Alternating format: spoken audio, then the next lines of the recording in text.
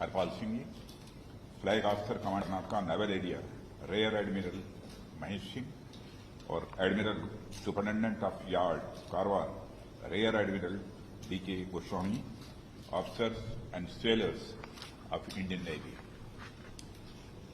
मित्रों, सचमुच मुझे आप लोगों से मिलकर बेहद खुशी हुई है।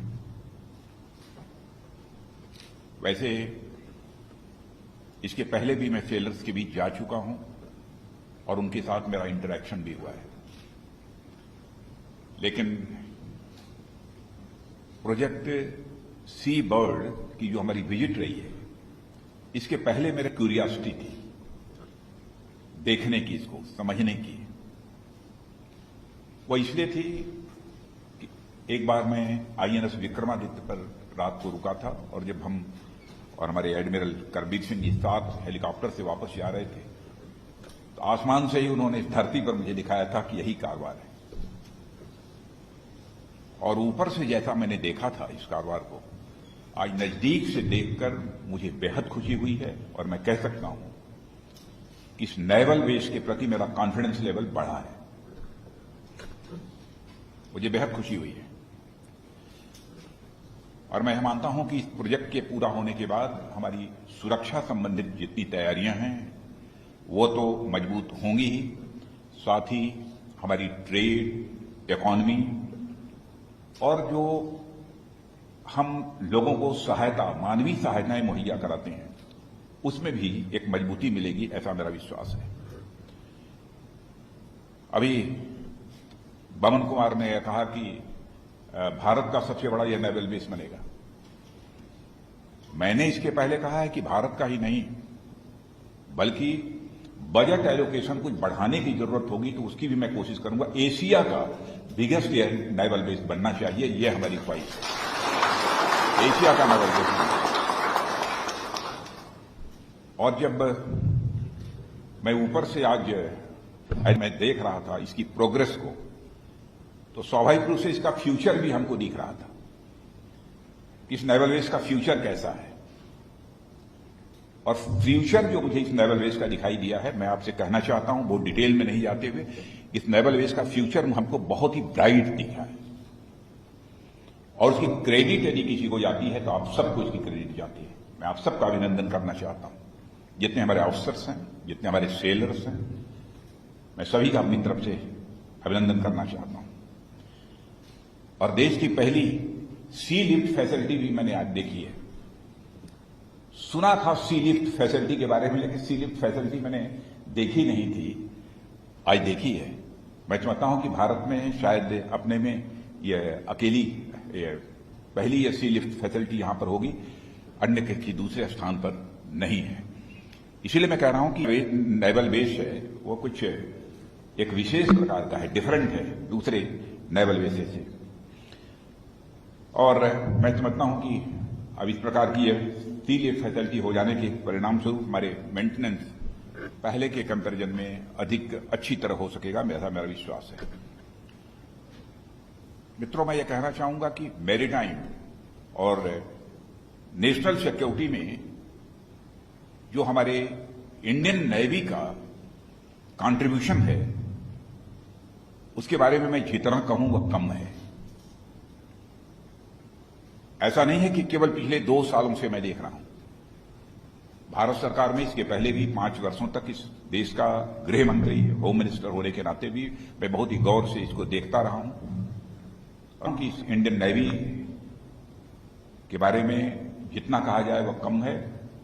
और मैं ही नहीं, सिक्योरिटी रिलेटेड इश्यूज के संबंध में जिनको भी थोड़ी बहुत जानकारी होगी वो पूरी तरह से कॉन्फिडेंट होंगे। फ्यूचर में सबसे इंपॉर्टेंट रोल किसी कंट्री की सिक्योरिटी पे प्ले यदि कोई करेगा तो नेवी करेगी। देश की सुरक्षा में सबसे इंपॉर्टेंट रोल किसी का होने वाला है तो नेवी का होने वाला है। इसलिए मैं कहता हूं, आप हमारी नेवी कि हमारे देश की भविष्य है। देश ही सुरक्षित नहीं रहेगा तो फिर हम लोग क्या करेंगे। बराबर अपने इंपॉर्टेंट रोल प्ले किया है। 61 में गोवा मुक्ति का युद्ध हुआ था, उसमें भी आपने अपनी भूमिका निभाई थी। 71 में भारत पाकिस्तान का जब वार हुआ था तो उसमें भी आपका रोल श्रीलंका, अदन की खाड़ी, मालदीव, इन सब सारे उसमें जो आपकी भूमिका रही है उसको बहुत डिटेल में जाकर मुझे बतलाने की आवश्यकता नहीं है। बहुत इंपॉर्टेंट रोल प्ले किया है और डिप्लोमेटिक रिलेशंस के साथ बनाने में भी आपकी भूमिका रही है। इस बार तो मैंने देखा कि कोविड के दौरान भी आपका जो रोल रहा है और जो भूमिका आपने निभाई है उसकी प्रशंसा दुनिया के दूसरे देशों में हुई है। कुछ देश हमसे नजदीक आए हैं, वो आपका ही रोल रहा है और मैं मानता हूं इस तरह न केवल आप एक रीजनल डिफेंस पावर के रूप में बल्कि वैश्विक हितों के संबंध में यह इंडियन नेवी हमारे जितने ये सब कंट्रीज हैं उनके साथ रिश्तों को बना रही है। और सी पोर्ट्स के माध्यम से मित्रों मैं कहना चाहूंगा, सी पोर्ट्स के माध्यम से सुदूर अफ्रीका और आज के इंडियन ओशन रीजन के कई देशों के साथ हमारे व्यापारिक और सांस्कृतिक संबंध रहे हैं और आज इन संबंधों को और अधिक बढ़ाने की जरूरत है। और ये बढ़ाने की जरूरत है उसमें भी यदि कोई सबसे इंपॉर्टेंट रोल प्ले कर सकता है तो केवल इंडियन नेवी कर सकती है। मैं बात क्यों कह रहा हूं, आज भी हमारी कोस्ट लाइन 7,500 किलोमीटर की, 1,300 हमारे कंट्री में आइलैंड, 25 लाख स्क्वायर किलोमीटर कि हमारा SEZ ये जो एक्सक्लूसिव इकोनॉमिक यूनिट, अब ये इस देश के पास हो तो मैं समझता हूं कि उस देश के पास सब कुछ ईश्वर ने दिया है, परमात्मा ने दिया है, या कुछ कम नहीं दिया है। और मैं मानता हूं कि हम भारत के हित नहीं बल्कि पूरी दुनिया की डेवलपमेंट में हम एक इंपॉर्टेंट रोल प्ले कर सकते हैं। भारत के पास वो कैपेबिलिटी है, भारत के पास वो कैपेसिटी है, लेकिन उस अपनी कैपेसिटी को पहचानने की भी जरूरत है। कभी कभी हम ये भूल जाते हैं कि हम हैं क्या। हम मान लेते हैं कि हम बहुत छोटे हैं, कुछ नहीं कर सकते, दुनिया की बहुत बड़ी बड़ी ताकतें हैं, उनके आगे हम कैसे खड़े हो पाएंगे। अरे हौसला हो तो बड़ी से बड़ी ऊंचाइयों को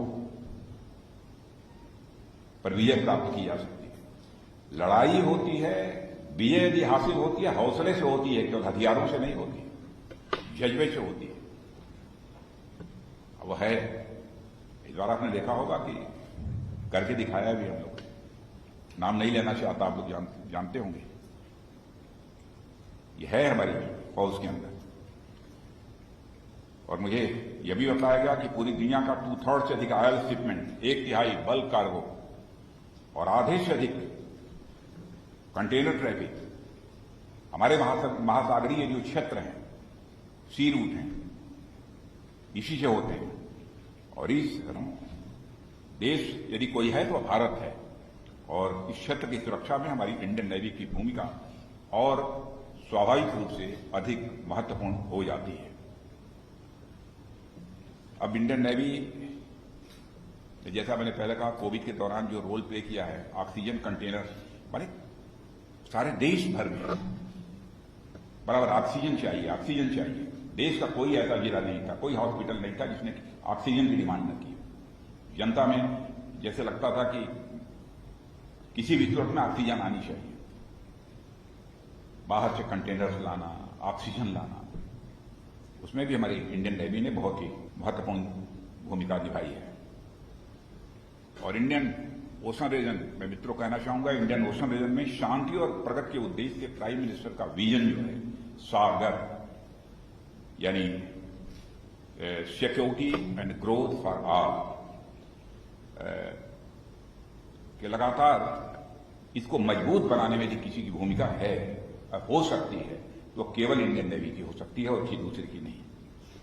और आज की दुनिया में इकोनॉमिक और पॉलिटिकल रिलेशंस भी तेजी से बदल रहे हैं, इसलिए आवश्यक है कि हमारी इंडियन नेवी पहले से ज्यादा मजबूत हो। जियो पॉलिटिकल इक्वेशन भी बदल रहे हैं, उसमें हमारी इंडियन नेवी का और अधिक मजबूत होना यह नितांत आवश्यक हो। आने वाले भविष्य के लिए हमें तैयार रहना होगा, हमें अपनी कैपेसिटी, अपनी कैपेबिलिटी को यह बढ़ाना होगा, यह मैं ऐसा मानता हूं। और साथ ही हमारी 3 सर्विसेज हैं, आर्मी है, एयरफोर्स है, नेवी है, ज्वाइंटनेस लाने की भी एक पहल हम लोगों ने की है। रक्षा मंत्रालय, प्रधानमंत्री जी का मार्गदर्शन हम सबको प्राप्त है और म्यूचुअल कोऑर्डिनेशन और कैसे बढ़े। लेकिन मैं मानता हूं कि म्यूचुअल कोऑर्डिनेशन में कोई कमी नहीं है। तो कोऑर्डिनेशन के उस नमूने को भी हमने देखा है, बहुत अच्छा कोऑर्डिनेशन है, लेकिन फिर भी कुछ हम लोगों ने फैसला किया है कि ज्वाइंटनेस कोऑर्डिनेशन कैसे बढ़े, आगे क्या करना, थिएटर कमांड्स बनाना, यह सब सारी चीज यह काम चल रहे हैं।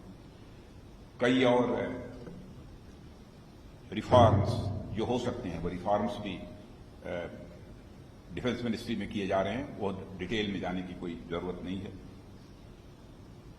भारत आत्मनिर्भर बने, रक्षा मामलों में भी भारत आत्मनिर्भर बने, इस दृष्टि से भी स्टेप्स हम लोगों ने लिए हैं। और प्रधानमंत्री जी का बार बार आग्रह रहता है भारत हर मामले में आत्मनिर्भर बनना चाहिए और हम लोग कोशिश कर रहे हैं। और आपको जानकर खुशी होगी, कैपिटल प्रोक्योरमेंट बजट का 64% वह केवल डोमेस्टिक प्रोक्योरमेंट होगा।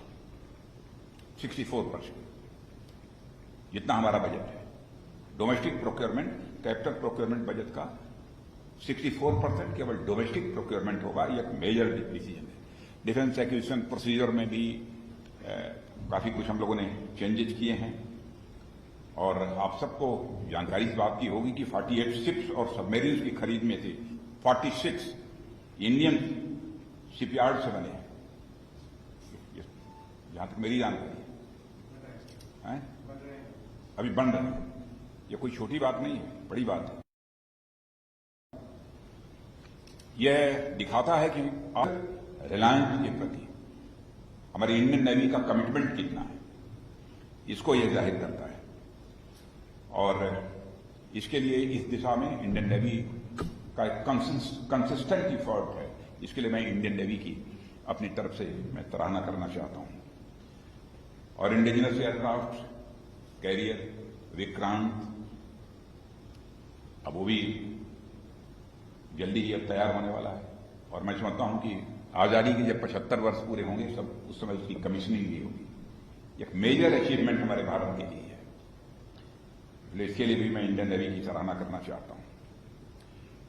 अंत में इतना ही कहना चाहूंगा कि मित्रों, हम लोगों की ताकत बढ़ रही है और हमारी यह ख्वाहिश है, हमारी यह इच्छा है कि हमारी इंडियन नेवी एक दुनिया की जो जो बड़ी ताकतें मानी जाती हैं नेवी की, उनमें से एक बने। अभी तक लोग बताते हैं 5 मेजर जो नेवल पावर्स इस दुनिया की हैं, उनमें भारत है। मैं कहता हूं क्यों ना हम टारगेट निर्धारित करें कि आगामी 10 साल 12 साल के अंदर हम टॉप 3 में आकर खड़े होंगे। क्यों मिनट को हम हासिल कर सकते हैं। और मैं तो कॉन्फिडेंट हूं कि होगा, हम लोग खड़े होंगे। तो आज इस सी बर्ड प्रोजेक्ट को जो देखने का अवसर मिला है, मैं अपना सौभाग्य मानता हूं। और सभी अपने ऑफिसर्स को, सेलर्स को और वेस्टर्न नेवल कमांड से जुड़े जितने लोग हैं, सबको हृदय से अपनी हार्दिक शुभकामनाएं देते हुए अपना यह निवेदन समाप्त करता हूं। पुनः मेरी तरफ से आप सबको हार्दिक शुभकामनाएं।